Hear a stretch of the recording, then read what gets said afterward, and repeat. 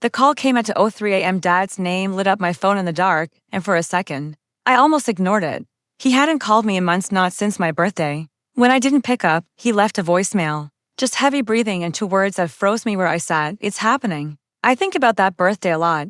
The smell of the cake I'd baked myself. The cheap candles that melted too fast. I remember standing behind the couch, knife in hand, smiling as everyone's attention turned not to me but to the puppy my sister had carried in. A tiny golden ball of fur with a bow that matched my icing. Everyone circled her, laughing, cooing, snapping pictures. My cake sat untouched, the candles sinking into wax. Even Dad, who used to make sure I got the first slice, was on the floor with the dog. I didn't say a word.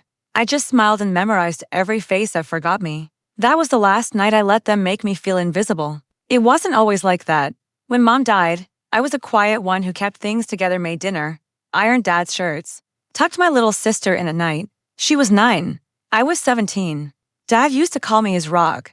But rocks aren't easy to love for long. People want soft things, puppies, laughter, lies. After Mom was gone, he filled the house with noise instead of warmth. He spoiled my sister and called it healing. And when I got into college, he never once came to visit. Said he was busy. Still, I came home for every birthday, hoping maybe this time he'd remember. He never did.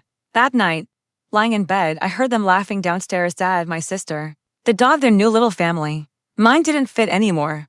The next morning, I made coffee, left quietly, and never came back. Not really.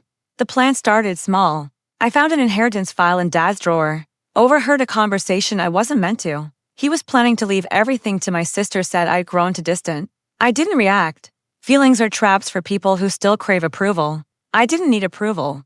I needed balance. So I built it carefully, step by step. I started visiting again, brief and polite, helped with his taxes, updated his passwords, made his accounts easier to manage. He began to trust me again just enough. Then, little by little, I started pulling that trust away. I changed his insurance contact to my number, opened a joint account in both our names, moved a bit of his investments, small amounts at first. He didn't notice. He never noticed me unless something barked. Then came Luna the dog. She was beautiful. I'll admit that. But beauty doesn't last when it replaces love. So I waited, watched. Dogs are loyal to whoever feeds them, and I knew it wasn't always my sister. The neighbor did that most days when she forgot. 2 weeks before the call, I visited again, brought Luna her favorite treats. They had a new electric fence, by then automatic, sleek. I watched it hum and smiled. Smart home upgrade, Dad said proudly. Everything's connected now. I nodded. I already knew. I was the one who'd set up the Wi-Fi. That night, while they slept, I logged in and toggled the gate just once to test it. It worked perfectly.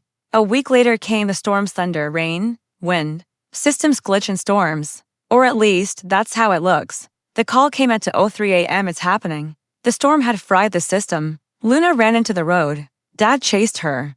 The neighbor found him minutes later, collapsed on the pavement, phone still in his hand. A heart attack, they said, stress-induced.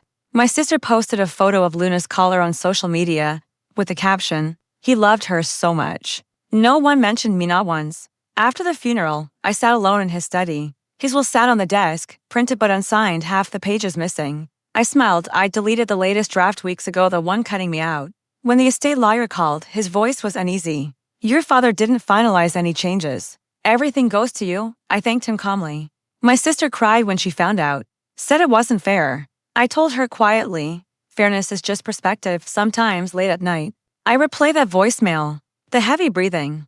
The storm in the background. His voice shaking.